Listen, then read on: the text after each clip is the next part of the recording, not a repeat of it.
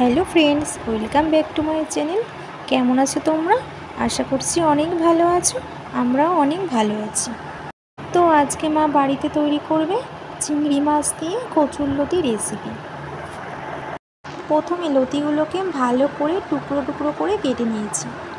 ভালো করে ধুয়ে একটু নুন দিয়ে কচুরলতিগুলোকে হালকা ভাপ দিতে হবে। আমাদের এখানে ভালো করে ভাপ দেওয়া হয়ে গেছে। একটা ঝুড়িতে ভালো করে জল ছাড়িয়ে নিয়েছি। তো এইদিকে চিংড়ি মাছগুলোকে ভালো করে খোসা ছাড়িয়ে নিয়েছি। খোসা ছাড়িয়ে ভালো করে ধুয়ে নিয়েছি। এরপর নুন হলুদ মাখিয়ে নিতে হবে। ভালো করে মাখিয়ে নেওয়া হয়ে গেছে। এদিকে গ্যাস জ্বালিয়ে ওর মধ্যে কড়াইতে 3 চামচ সরিষার তেল দিতে হবে। তো তেলটি একটু গরম হয়ে গেলে ওর মধ্যে সাদা জিরে, শুকনো লঙ্কা, তেজপাতা ফোড়ন দিতে হবে। একটু ভাজা ভাজা হয়ে গেলে ওর মধ্যে স্বাদ মতো নুন হলুদ মাখানো চিংড়ি মাছগুলোকে ওর মধ্যে দিয়ে দিতে হবে। হালকা নেড়ে চেড়ে ওর মধ্যে একটি টমেটো কুচি, 2টো চেরা কাঁচা লঙ্কা দিয়ে ভেজে নিতে হবে।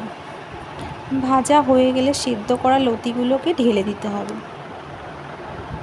এরপর লতিগুলোকে ভালো করে নাড়িয়ে চাড়িয়ে নিতে হবে। এর মধ্যে অ্যাড করতে হবে স্বাদ মতো নুন হলুদ 1 চামচ জিরে গুঁড়ো দিয়ে ভালো করে কষিয়ে নিতে হবে। আমাদের এখানে ভালো করে কষিয়ে নেওয়া হয়ে গেছে। 5 মিনিট মতন ঢাকনা দিতে হবে। তো বন্ধুরা, এই লতিতে কোনো জল লাগে না। 5 মিনিট বাদে ঢাকনা তুলে ভালো করে নাড়িয়ে নিতে হবে। স্বাদ মতো চিনি দিয়ে 1 মিনিট মতন নাড়িয়ে তৈরি হয়ে গেছে আজকে চিংড়ি মাছ দিয়ে কচুরলতি রেসিপি।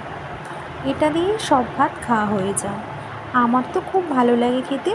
আপনারা একবার খেয়ে দেখুন, একবার বাড়িতে তৈরি করে দেখুন কেমন হয়েছে। তো আমাদের এখানে তৈরি হয়ে গেছে চিংড়ি মাছ দিয়ে কচুরলতি। তো আমরা এটাকে কড়াই থেকে নামিয়ে ফেলছি। তো আপনাদের যদি আজকের রেসিপিটা ভালো লেগে থাকে তো অবশ্যই লাইক করে দেবেন, সাবস্ক্রাইব করে দেবেন আর পাশে থাকবেন। তো এরপর দেখা হচ্ছে পরের ভিডিওতে।